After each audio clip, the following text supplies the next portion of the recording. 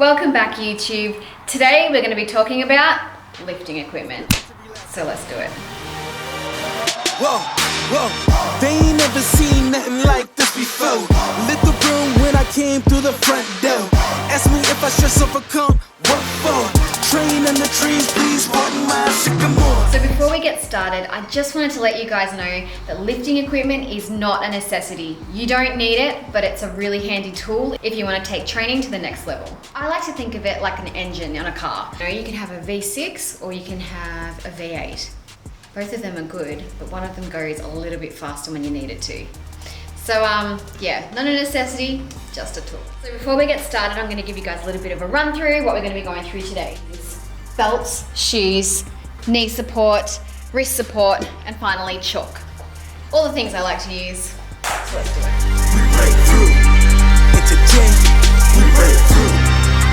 So let's start with the belt. So this is one of the very first pieces of equipment that I got. One of the major benefits of the belt is core stability, and it's going to help you brace better. A lot of people think that this is going to protect your back, and the reality is that you should be putting things in motion to already protect your back. A couple of years ago, I had a back injury, and I was actually wearing a belt when it happened. So even though I was wearing the belt, it didn't protect me. So make sure that you are doing things that are going to give you that stability first before you jump in lifting any heavy weights hoping that this will save your life, because it won't. It's just a tool.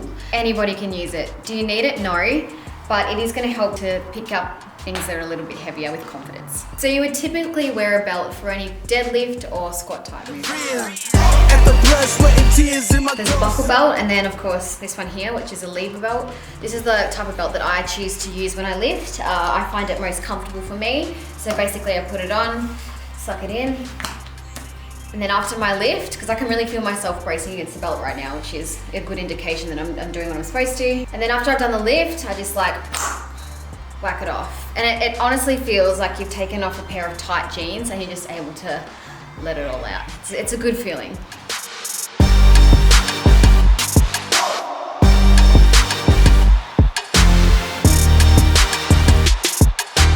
Comes to squats, I'll wear Olympic lifting shoes. So this has an elevated heel and a flat sole. When it comes to the heel, this is going to help you get a little bit deeper in the squat, and then the flat foot is going to help you with your ankle stability. So you don't need to wear Olympic lifting shoes when you squat. You can wear a flat sole, which looks something like this. I'd also do that as well, but I find in the past when I've wore like, I don't know, a normal looking runner, well let's just say the ones I've got on for example now, so there's a lot of sponge in that, and I find that when I load the bar and then go down, I feel like with the spongy sole, my foot, like my ankle's all over the place and my foot doesn't feel stable.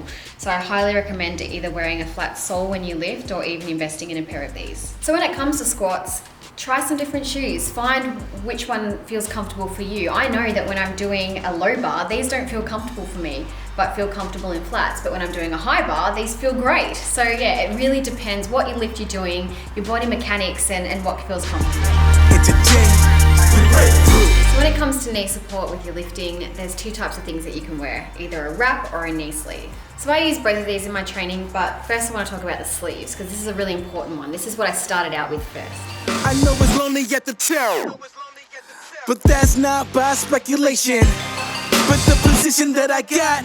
So knee sleeves are great for any kind of leg movement. For example, squats, lunges, leg press, any type of movement that really involves flexion of the knee. So one of the major benefits of knee sleeves is it's going to help keep the joint warm, reduce inflammation, increase blood flow. And what this is going to do is speed up your recovery time and get you back to training faster. Next stage, learn to lead as a legend. Now tell me what's my next stage, yeah. So next up is the knee wraps. These are a little bit more advanced. You would only really use these for squats. So what the wraps are going to do is compress the joint and give you a little bit of rebound at the bottom of the squat. Think about this as a tool for overload. So this is going to allow you to lift a little bit heavier than what you would normally lift. The question is, who should use these? In my opinion, people who are powerlifting or like serious lifters who are looking to really take their squats heavier into the next level. I feel like if you are a newbie when it comes to lifting, I would stick to knee sleeves, and maybe in the future as you are progressing your training, then you can bring these in.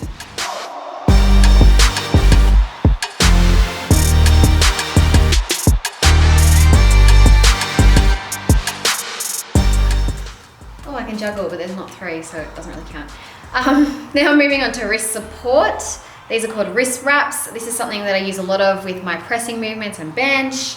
It's going to help support the wrist because, as you know, this area can get really sore, especially if you've got a conked wrist like that, or it's weak, or just, I don't know, if it's heavy, it's just a good support to have. So with these ones, they're going to increase your stability in the wrist, allowing you to really overload and lift heavier. So handling a heavier dumbbell instead of feeling weak, like you can't handle it in the wrist. I even like to wrap them a little bit higher so that I'm keeping my wrist nice and straight instead of it conking and hurting like that. But yeah, you can wrap in lots of different ways. We're keeping haters in the rear. At the blood, sweat, and tears, and my goal so near. I see my victory so clear. I see my victory so clear. And today, we break through.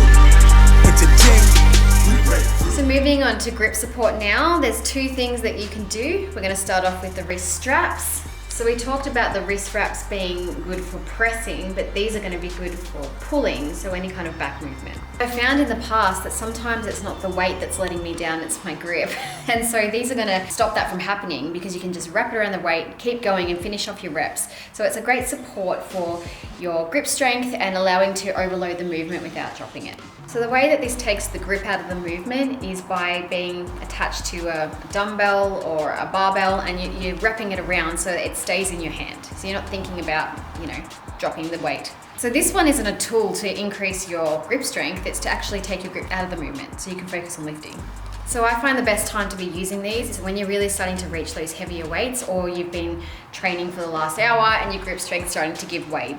Use these as a way to keep going or to overload. So I find that any type of row or pull down is really good for these. So a lot of people ask me why I don't use straps for deadlifts, and that's probably the one movement that I use to really increase my grip strength and really work on it. Whereas when I'm pulling and rowing and whatever, I just want to overload the muscle. I'm not really thinking about working on my grip strength, but it's not something that I would rely on for the rest of my life. And today, we break through. And today, we break through.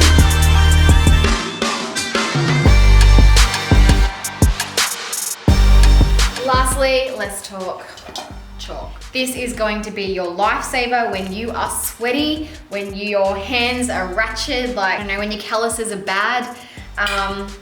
I've used it for bench to help with my grip. I've used it for deadlifts. I've used it for pull-ups. It can be used in any type of lift really, where you think you need it because you're either slippery or your grip's off or your hands are sore from the big lifting week that you've had. So I really would invest in chalk. You can get liquid chalk, so you can just chuck it in your bag. I've used that before as well. It's not as messy, or you can just use this stuff here, put it in a little container if you're traveling out, or a big badass bowl like this. So yeah, it's something that I definitely use every time I train, most of the time. So it has one basic function, and that is that the bar or whatever you're holding doesn't slip and slide in your hand. It's going to help you really grip onto it. You'll probably see that a lot of people wear gloves over chalk, but chalk is going to stop the bar from slipping in your hand, and it's actually going to prevent calluses, because what causes calluses is that slipping in your hand and that constant friction. So this is your best bet when it comes to grip strength as well as avoiding callus. I hope this video has helped get a sense of direction when it comes to lifting equipment, if that's something that you've been wondering about. So yeah, let me know what your thoughts are. If you have any questions, please knock them down below. This is a little bit different for me, so I always want to know what your thoughts are. Thanks for tuning in. Please give this a big thumbs up and subscribe if you haven't already subscribed. These are coming to you weekly, and I'm so excited to be able to sit here or stand here or be here doing these for you. So let me know what you want to see next, and I'll catch you guys on the next one. I carried the cross I made, dealt with the dealer. Baby, the hand was played, new level, next stage, learn to lead it to legend.